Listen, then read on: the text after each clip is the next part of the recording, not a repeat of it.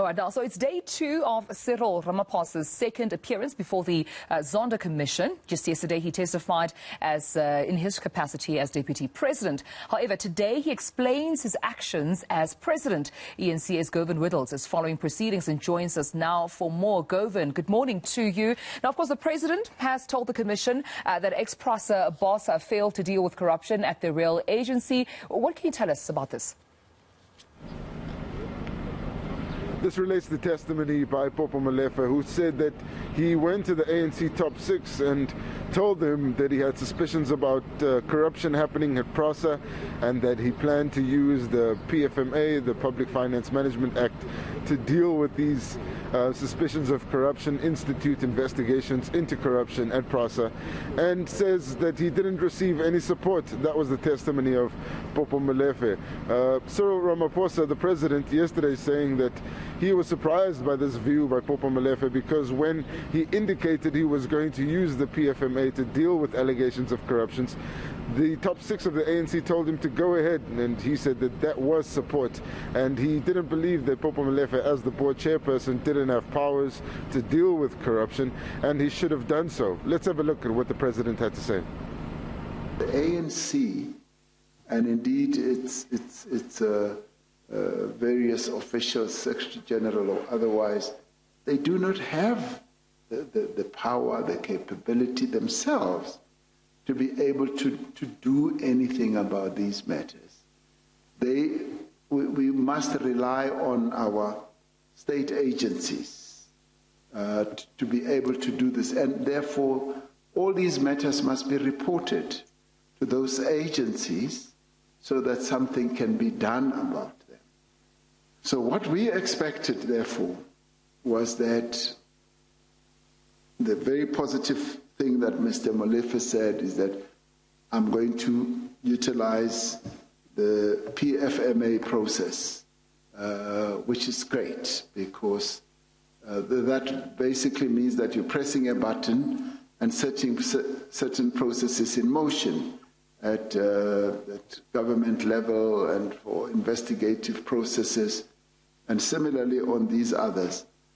I must dispute this notion that the top 6 would have done nothing about all this so that the board can be collapsed. I must dispute that because to me that is the realm of dark arts. Well, of course, we heard there from the President, Govan, but I mean, the President also was questioned about corruption within ANC and deployment policy. What did he have to say?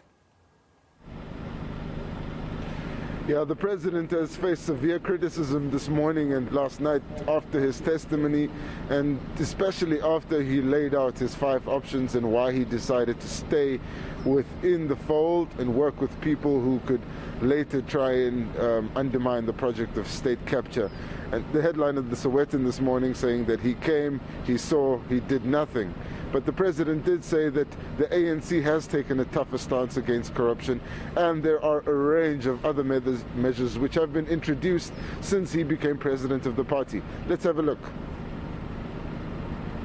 We as a party have also realized what our lackadaisical approach to this has meant to the party in terms of support, because our surveys, our research has told us that people, ordinary people, abhor corruption, and they have not always seen the ANC as taking action against those in its own ranks who have been involved in corrupt acts. But now the game has changed.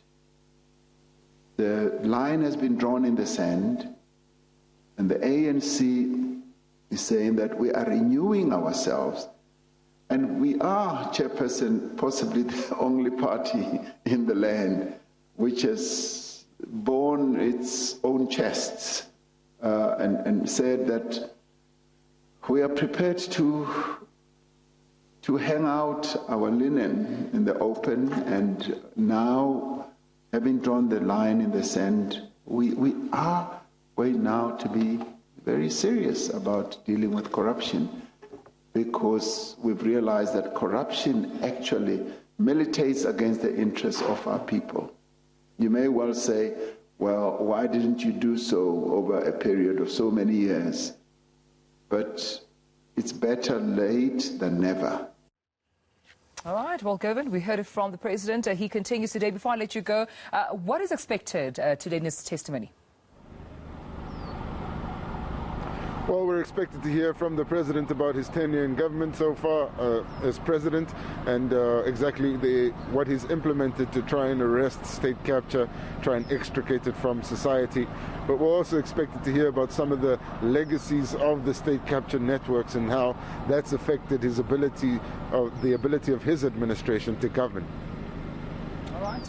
Govan Whittle out in Bloemfontein at the State Capture Commission of Inquiry, where President Cyril Ramaphosa is expected to wrap up his testimony today.